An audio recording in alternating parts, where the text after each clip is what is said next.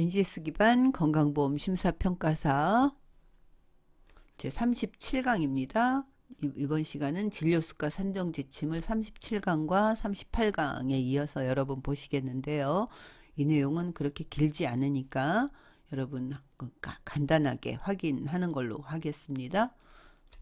자, 보건기관의 진료수가 산정 지침은 보건기관의 진료수가는 환자가 방문한 횟수로 한다. 방문당이라고 하는 거, 방문이라고 하는 건 뭐예요? 수진자가 보건기관을 방문해서 진료를 받는 경우 혹은 진료 요청에 의해서 방문하는 경우의 수가를 인정하는 거고요. 이거는 환자가 어떤 상황이냐 이런 것들 빼고 그냥 불문하고 진료 수가는 방문당으로 한다. 이렇게 알아두시면 되겠습니다. 자, 그 다음에 1회 방문당 수가는 초진이나 재진 이런 것들을 포함, 이것들을 불문하고 진찰, 처방, 검사, 수술 이 내용이 다 그냥 하나의 방문당 수가로 묶여 있다라고 보시면 되겠어요. 방문당 수가는 초진, 재진을 구분하지 않고 동시 두 가지의 상병에 대해서 각각 한 경우에도 방문당 수가는 한 번만 산정한다. 어렵지 않죠. 이 부분은 방문당 수가는 그냥 무조건 한 번만 한다. 이렇게 이해하시면 되겠습니다. 그 다음에 의과나 치과, 한의과 각각 한 경우에는 방문당 수가를 진료과가 다른 경우에는 각각 산정하는데 이때 진료의사가 필요에 의해서 의뢰를 한 경우에는 이때는 의과 수가를 한 해만 산정하도록 한다. 이렇게 이해하시면 되겠습니다. 자, 그 다음에 이제 조산료 같은 경우에는 보건기관에 이제 방문했거나 의료 인력이 가정 방문한 경우에 그래서 출산한 경우에 산정하는 것으로 한다. 그 다음에 조산료에는 입원료, 투약, 주사, 처치 이런 것들이 다 포함되어 있기 때문에 이 부분들을 별도 산정하지 않는다. 이렇게 이해하시면 되겠어요. 그러니까 어렵게 생각하시지 말고 그 조산 같은 경우에는 그냥 회로 한다. 그 다음에 방문당 수가는 한 회로 인정한다. 이렇게 이해하시면 어렵지 않지요. 그 다음 퇴원 후 산후치료를 위해서 진료를 하는 경우에도 퇴원 다음 날부터 한 회의 방문당 수가를 산정한다. 이렇게 이해하시면 되겠죠.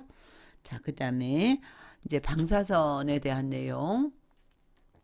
자, 보건소나 보건지소에서 입원 진료를 행한 경우 입원료는 의원급의 입원료를 산정하는데 이때 입원료를 제외하고 입원 진료비는 입원 1일당 의사, 치과의사 진료비에 1회 방문당 수가와 1회 투약 시 수가를 산정하는 것으로 한다. 그리고 퇴원할 때 투약하는 것, 이거는 투약 일수에 따라서 산정한다.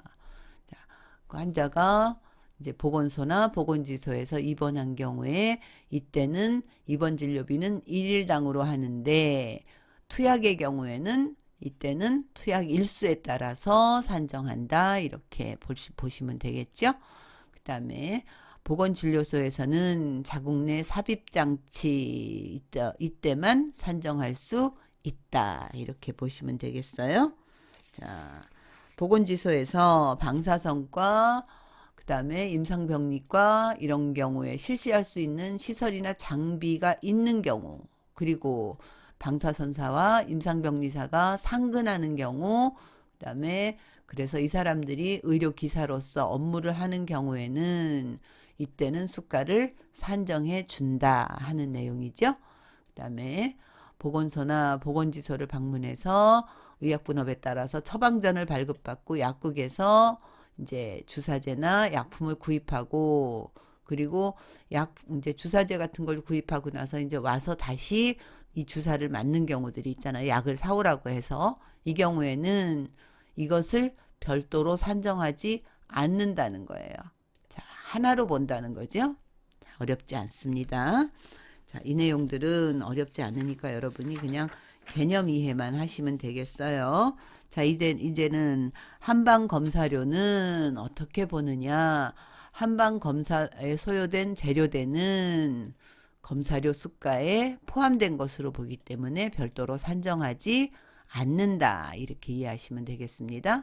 그리고 이 경우에 진단할 때 검사를 하고 그리고 최종 치료가 제대로 됐는지를 확인하기 위해서 이제 또 검사를 하는 경우가 있잖아요.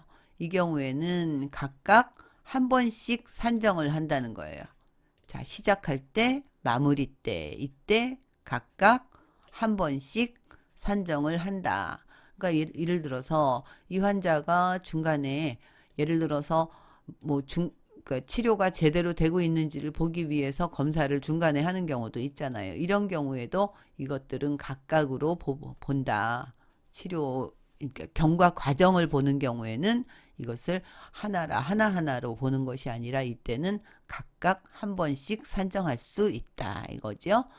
그 다음에 염좌, 골절, 탈구 뭐 이런 것처럼 어떻게 이렇게 됐는지가 확실하고 그 다음에 내과적 진찰이 필요하지 않는 경우에는 산정하지 않는다. 검사를 한 경우에도 이 경우에는 상병 원인이 확실하다면 이 경우에는 산정하지 않는다. 이렇게 보시면 되겠습니다. 자, 이제 침이나 부항 같은 경우에는 하루 2번 이상 시술을 해도 외래는 1일 1회, 입원은 1일 2회로 산정한다. 한방에서. 그 다음에 죄송합니다. 침술은 1일 3종, 3종 2회로 산정하고 침술은 대체로 2종까지만 산정하는 것으로 한다. 경혈자리에 침을 놓는 경우에 이 경우에는 소정점수의 20%를 가산하는 것으로 한다. 이렇게 이해해 두시면 되겠어요. 그 다음에 계속 이어갑니다. 자, 경혈침술에 상암침법, 오행침법, 체질침법, 사상체질법 이런 거 있잖아요. 이 경우에는 50%를 가산해 준다라고 하는 거죠. 그 다음에 화침이나 온침 같은 경우에도 50%를 가산한다. 신생아 같은 경우, 신생아는 생후 4주 이내를 신생아로 보는 거죠. 신생아의 경우에는 소정점수의 100%를 가산해 준다. 그리고 1세 미만, 신생아가 있으면 이제 1세 미만 어린아이들 같은 경우가 있죠. 1세 미만은 침이나 부항 이런 경우 50% 가산해 준다. 1세 미만에서 6세 미만까지, 1세 이상에서 6세 미만까지는 30%를 가산한다. 그 다음에 야간진료, 그 다음에 공휴일 이런 경우에는 50%를 가산한다. 이렇게 이해하시면 돼요. 자, 여기서 정리할게요.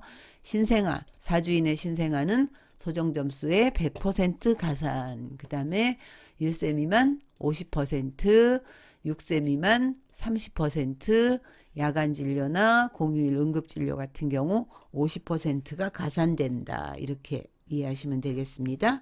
자, 이제 마지막 장입니다. 시술료를 시술할 때 사용된 재료대는 시술료에 포함된 것으로 보기 때문에 별도 산정하지 않는데 어떤 경우에만 가능하냐 하면 부항이라 자락관법에 의해서 부항컵 그리고 고정하기 위한 신축성 붕대 이런 것들은 약제 및 치료 재료의 비용에 대한 결정 기준에 의해서 별도로 산정된다.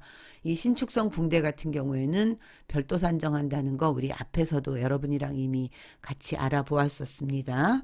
이번 내용은 그렇게 길지 않기 때문에 여러분이 쉽게 이해하실 수 있을 거라고 생각합니다. 자, 이제 다음 시간에는 약국의 약제비 산정에 대해서 우리 같이 알아보고 그 다음에 그 전혈, 혈액 성분 제제 이런 부분들을 어떻게 산정하는지 우리 같이 알아보는 시간 갖도록 하겠습니다. 자, 수고하셨습니다.